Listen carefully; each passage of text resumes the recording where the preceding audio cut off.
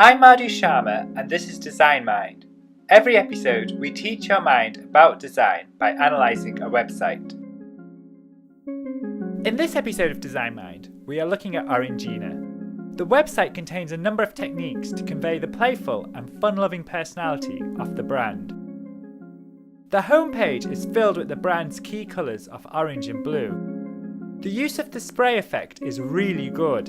It not only ties in with the brand slogan of "Shake the Pulp", but it also creates an engaging sense of motion.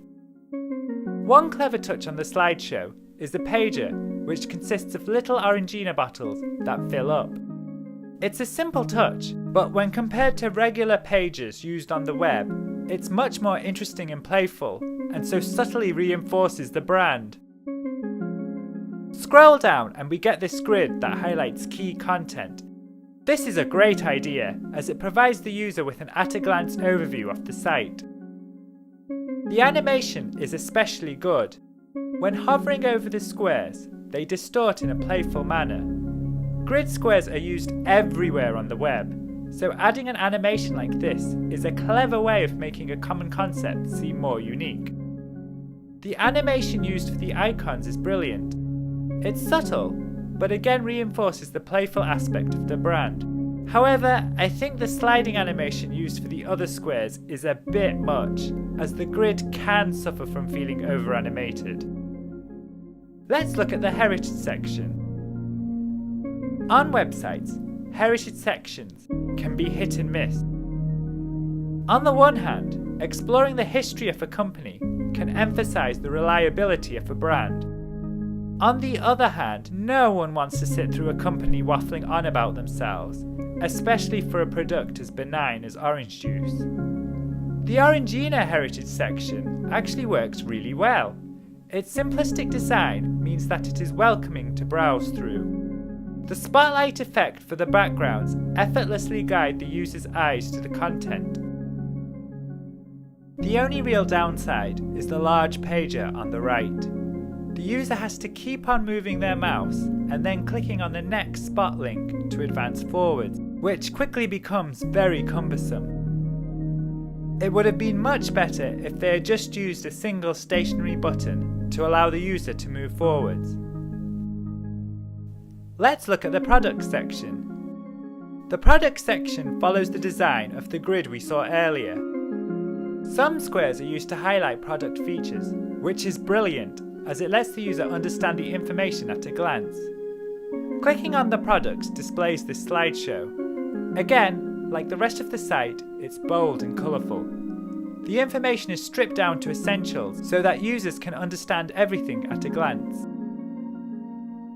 Devices such as the ingredient icons and the orange bars to highlight key facts help to keep the design streamlined.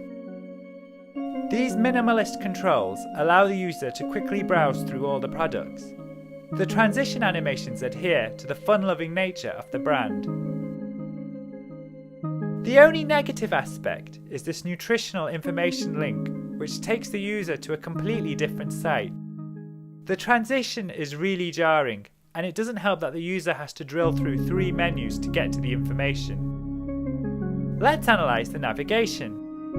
The navigation is streamlined down to 3 key links. The bold icons make the navigation easy to identify, while the use of outlines allow the icons to complement a variety of backgrounds. However, given how bold the icons are, I think the divider lines are unnecessary. On some pages, such as the heritage section, the navigation folds up into this Hamburger Menu, allowing it to get out of the way. I'm generally not a fan of hamburger-style menus on desktop because they prevent the user from clicking on the navigation directly, and instead require the user to make an extra click to call up the menu. This site, however, quite wisely only uses the Hamburger Menu when there is a lack of space, which makes it less of a problem. Let's finish this analysis by looking at the site on mobile. The mobile site is quite similar to the desktop version, but the content has been appropriately resized. It works really well. Some sections, such as the heritage page, actually work much better, as there's no cumbersome pager. the user can just effortlessly scroll. The products section is a little bit cumbersome, as after viewing the pager, the user has to scroll back up to access the navigation. It would have been much better if this navigation was sticky. Overall, Orangina is an excellent site. It does an amazing job of conveying the fun-loving nature of the brand, especially through its clever touches, such as the icons and animation. That's it for this episode of Design Mind. A new episode of Design Mind is released every Monday and Thursday. Find us on the web at designmind.info. Our YouTube channel is at youtube.com/designmindinfo. You can also find us on iTunes. We'd love it if you could leave us a review at any of these places. Until next time, happy designing!